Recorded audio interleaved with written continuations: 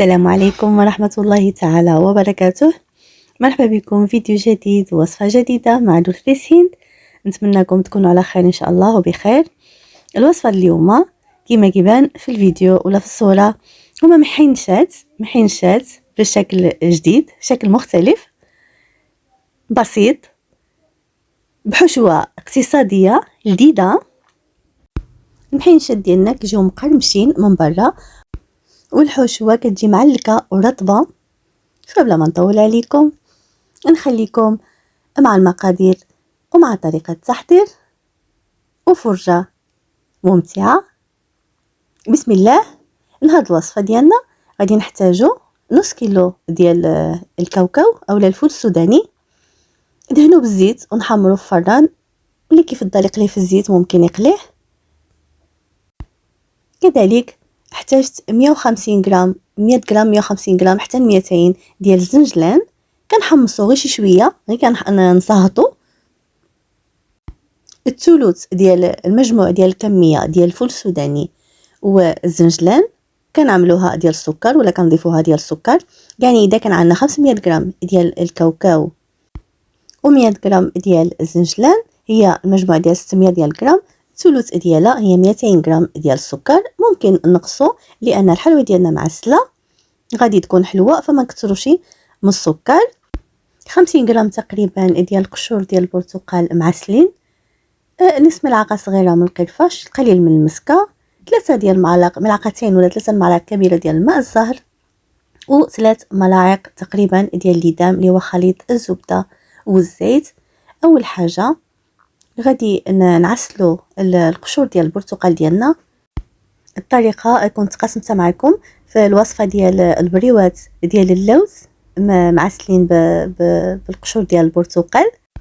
غادي نخلي ان شاء الله الفيديو في صندوق الوصف بطريقه مفصله. كنحتاجو قشور ديال البرتقال، وكذلك غادي نحتاجو حتى العصير ديال البرتقال. انا هنايا عندي برتقاله ديال القشور ديالها، ممكن نعصرها ونحيد البولبه ونقطع ديك القشور. كنقطعوا القشور ديال البرتقال بهذه الطريقه، وفي طنجره صغيره ولا اناء ولا كاسرونه كنعملوا القليل من الملح والماء، وكنوضعوا القشور ديال البرتقال ديالنا كنخليوهم يغليو لمده 5 دقائق. كنصفيوهم وكنعاودوا العمليه المره الثانيه عند الحاجه، ولكن بدون ملح. انا عملت 3 مرات، يعني مره الاولى بالملح ومرتين بدون ملح، حتى القشور ديال البرتقال ديالي يعني حسيت بهم رطبوا، خليتهم يستقطروا، نشفتهم بورق الطبخ. و الوزن ديال القشور ديال البرتقال ضفت لهم النصف كميه ديال السكر والعصير ديال البرتقاله في مقلاة، وضعت القشور بعد ما نشفتهم وضفت لهم العصير ديال البرتقاله ونصف كميه ديال الوزن ديال القشور ديال البرتقال السكر. خليتهم يغليو حتى تشربوا ديك الكميه ديال البرتقال والسكر. نقصت على النار وخليتهم يتعسلوا على المهل. بعد ما كيتعسلوا كنخليوهم ينشفوا ليله كامله ولا اكثر، وكنستعملوهم. ممكن نحتفظوا فيهم في واحد البوطي اللي كنقولوا ولا شي اناء ديال الدجاج، واحتفظوا بهم في الثلاجه حتى نستعملوهم في كيكات ولا في معسلات، في الوصفات اللي كتفضلوا نتوما. ودابا غادي نمروا الطريقه ديال المحينشات. كنطحنوا الكاوكاو وكنطحنوا كذلك الزنجلان، كنضيفوا لهم السكر. انا كما لاحظتوا الكاوكاو تحمر معايا شي شويه، نتوما ما تخليوهش يتحمر بزاف. كنضيفوا السكر وكنعاودوا نطحنوا الخليط ديالنا مره ثانيه. كندوزوا القشور ديال البرتقال ديالنا في شي طحانه ولا في شي اشواغ كيتطحن حتى هو، وكنضيفوه من الخليط ديالنا. كنضيفوا ليدام، ماء الزهر، وكذلك ظرف ديال السكر منسم بزهرة البرتقال. كنخلطوا هاد العناصر كاملين، كنخلطوهم مزيان، وكذلك كنضيفوا القرفة والمسكه اللي كنطحنوها مع القليل من السكر كلاص ولا سكر ثقيل. كنحصلوا على القوام اللي كيبان في الصوره. العقده ديالنا كتكون عاطيه الطوع، كتساعدنا على الخدمه، وسيرتو المحينشات ما خصهاش العقده ديالنا تكون كتهرس معنا يعني ناشفه. كنحضروا كويرات ولا كرات صغيره بما انهم محينشات فعلى حسب الحجم اللي من 25 غرام الكره، ممكن 20 حتى 15 على حسب الحبات اللي نتوما غادي تستعملوا. دائما المحينشات كنحتاجوا من 20 ما بين 20 و 25 غرام من الكره.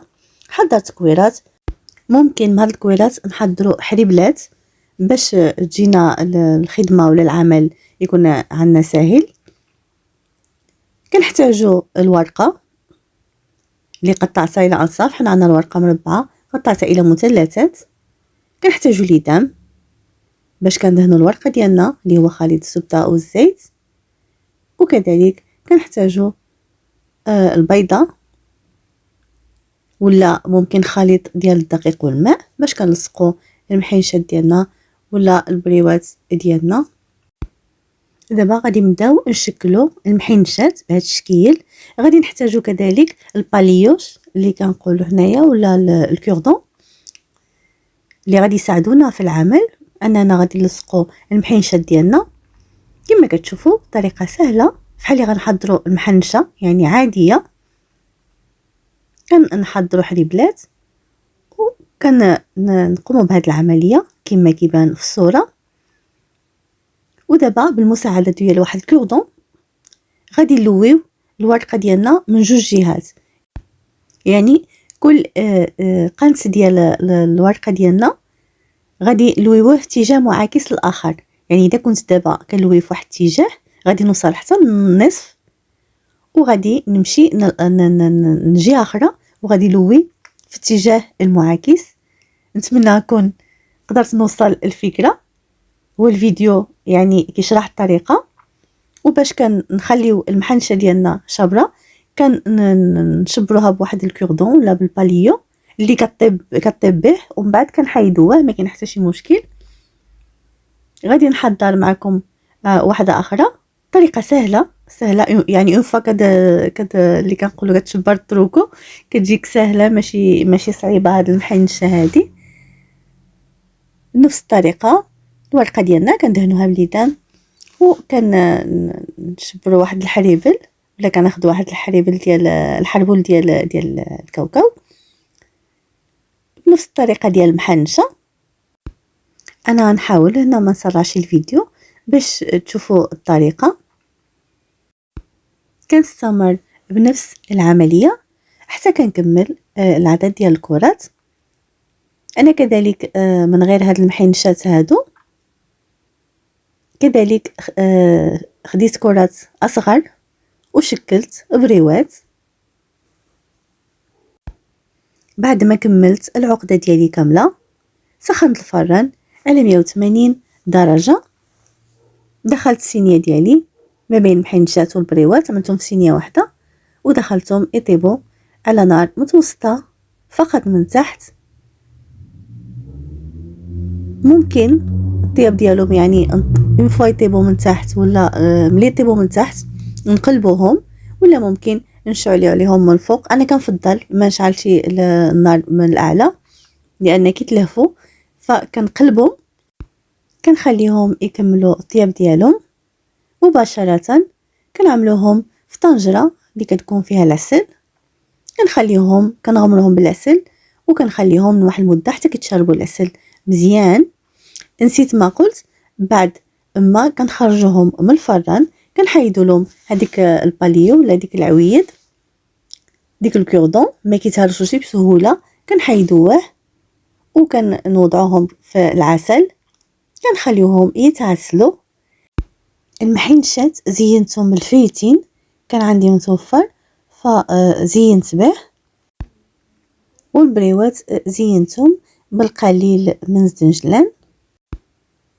هذا كان الشكل النهائي ديال الوصفه ديالنا ديال اليوم، وصفه المحنشات والبريوات بالخليط ديال الكاوكاو والزنجلان وكذلك قشور ديال البرتقال اولا اللتين معسلين.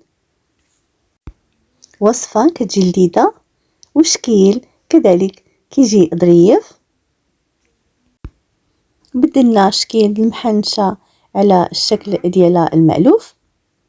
نتمنى تعجبكم الوصفة هاد اليوم وجربوها. كما شفتوا هي اقتصادية، والطريقة ديال المحنشة طريقة سهلة وبسيطة. إذا عجبتكم الوصفة اليوم، عجبكم الفيديو اليوم، ما تنسوش تقسموه مع الأهل ديالكم والأصدقاء ديالكم.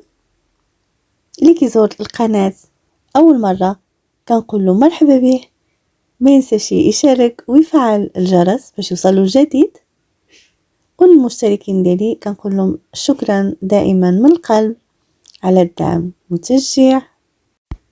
نتمنى تدعموني أكثر وتشجعوني أكثر، ومن جهتي دائما نحاول نقدم الجديد والوصفات اللي تعجبكم وتنال استحسانكم. إلى فيديو قادم بإذن الله.